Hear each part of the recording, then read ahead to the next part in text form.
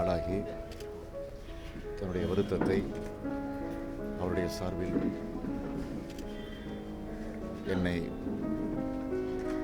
நேரடியாக சென்று ஆறுதல் சொல்லிவிட்டு வரும்படி எனக்கு உத்தரவிட்டார்கள். எனவே திரு பாலச்சந்தர் அவர்களை நான் சந்தித்து தலைவர் கலைஞர் அவர்களின் சார்பிலும் என்னுடைய சார்பிலும் என்னுடைய ஆழ்ந்த இரங்கலை நான் தெரிவித்திருக்கிறேன். இங்கே எல்லாருக்கும் குருவாக வாழ்ந்து கொண்டிருக்கிற நம்முடைய பாலச்சந்தருடைய மகன் கைலாசம் அவர்கள் இறந்து போன செய்தி தமிழகத்தையே ஒரு குறுக்கு குளிக்கிறது. அதுவும் பாலச்சந்தருடைய குடும்பத்தை சேர்ந்த அத்தனை பேரும் அவரோடு அறிமுகமான பல பேரும் இங்கே வந்திருக்கிறார்கள். அவ்வளோ பேரும் துக்கம் தாங்க முடியாமல் பாலச்சந்தர் சாருக்கு ஆறுதல் சொல்லிக் கொண்டிருக்கிறோம். உண்மையாக பாலச்சந்தர் சார் இந்த துக்கத்தை எப்படி தாங்கிக் கொள்ளப் போகிறார்கள் எங்களுக்கெல்லாம் பயமாக இருக்கிறது.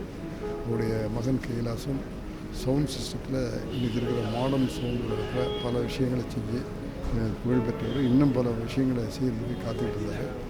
உதாரணமாக நான் ஏவியில் முத தொலைக்காட்சி படம் டைரக்டர் ஒரு நிலைமை வந்து இந்த மைக் சிஸ்டம் சவுண்ட் சிஸ்டம்லாம் எப்படி பண்ணுறாங்கன்னு எங்களுக்கு குழப்பம் இருந்தது. இந்த வழக்கமாக வச்சு ரூமெல்லாம் வச்சு சவுண்ட் ரெக்கார்ட் பண்ணுறதுல கைலாசம் வித்தியாசம் செய்கிறான்னு சொன்னோன்னே நான் பாலச்சந்தர் சார்ட்ட சொல்லி கேட்டேன். இந்த மாதிரி நான் ஒரு தொலைக்காட்சி தொடர் செய்ய போகிற ஏவிக்காக இந்த சவுண்டு ரெக்கார்டிங் ப்ரோக்ராம்லாம் நான் கொஞ்சம் தெரிஞ்சுக்கணும் சார்னு. அதுக்கெல்லாம் கைலாசத்தை போய் கீழே அவன் தான் அதில் முழு திறமை படைத்தான் அப்படின்னு சொல்லி என்னை கொண்டு போய் கைலாசத்தை அறிமுகப்படுத்தி வச்சு முத்துராமன் என்னென்ன கேட்குதோ அதெல்லாம் கரெக்டாக அவர் சொல்லி என்ன எக்யூப்மெண்ட்ஸ் வாங்கணும் என்ன சொல்லணும் அப்படின்னு சொல்லப்பா அப்படின்னு சொல்லி என்னை கைலாசத்தை கொண்டு போய் வச்சாங்க. நான் 2 நாள் கைலாசங்களோடு வந்து அந்த தொழில்நுட்பங்களையெல்லாம் தெரிஞ்சுக்கிட்டு அதுக்கு என்னென்ன எக்யூப்மெண்ட்ஸ் வாங்கணுங்கிறதெல்லாம் அவர்கிட்ட எழுதி வாங்கிட்டு போய் தான் நான் அந்த எக்யூப்மெண்ட்ஸ்லாம் நாங்கள் ஏவியில் வாங்கினோம்.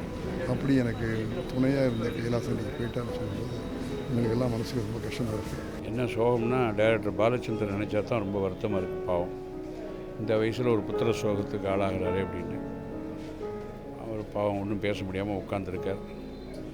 கைலாசத்து மேலே ரொம்ப பாசம் உண்டு அவருக்கு. எல்லாருக்கும் அப்பாவுக்கு பிள்ளை மேலே பாசம் இருக்கும். இருந்தாலும் ஒரே பிள்ளைங்கிறதுனால ரொம்ப பாசம்.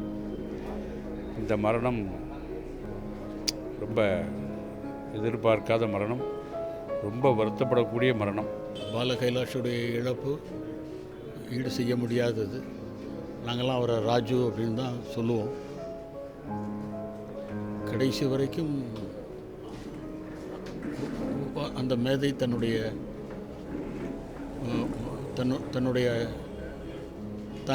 ஒரு பெரிய டைரக்டருடைய பையன் அப்படிங்கிறதெல்லாம் வெளியே காட்டிக்க மாட்டார். ரொம்ப யதார்த்தவாதி, அதிர்ந்து பேச மாட்டார். அவருடைய நண்பர்களுக்கு மட்டும்தான் தெரியும். அவர் நடந்து வந்த பாதை வந்து அவராலேயே போடப்பட்டது. இதை நாங்கள் எதிர்பார்க்கல. எங்கள் டைரக்டர் எப்படி இதை தாங்குவார் அப்படிங்கிறது, அவருக்கு யாரால் ஆறுதல் சொல்ல முடியும் அப்படிங்கிறது எனக்கு தாங்கிக்கவே முடியல. கைலாசம் அவர்கள் இறந்த செய்தியை கேட்டு மிகவும் வருத்தம் அடைந்தேன். ஏன்னா அவர் எந்த சேனலுக்கு போய் எந்த இதில் உட்காந்தாலும் அவர் தனக்குன்னு எப்படிலாம் அதை புது விதமாக க்ரியேட் பண்ண முடியுமோ அந்த அளவுக்கு நல்ல க்ரியேட்டிவிட்டி மைண்ட் அவருக்கு. அவர் திரைக்கு பின்னால் தான் இருந்தால், முன்னாடி அவருடைய இது தெரியாது.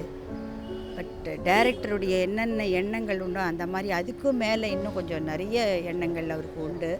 அவர் டைரக்ஷனுக்கு வரலையே தவிர, ஆனால் பின்னாடி இருந்து நிறைய விஷயங்கள் அவர் வந்து டிவி சீரியலுக்கோ அதுக்கோ எல்லாத்துக்குமே இயக்கியிருக்காரு. இன்றைக்கி அவர் நம்மக்கிட்ட இல்லைன்னும் போது ரொம்ப வருத்தமாக தான் இருக்குது. அவருடைய குடும்பத்தாருக்கு என்னுடைய வருத்தத்தை நான் தெரிவித்துக் கொள்கிறேன்.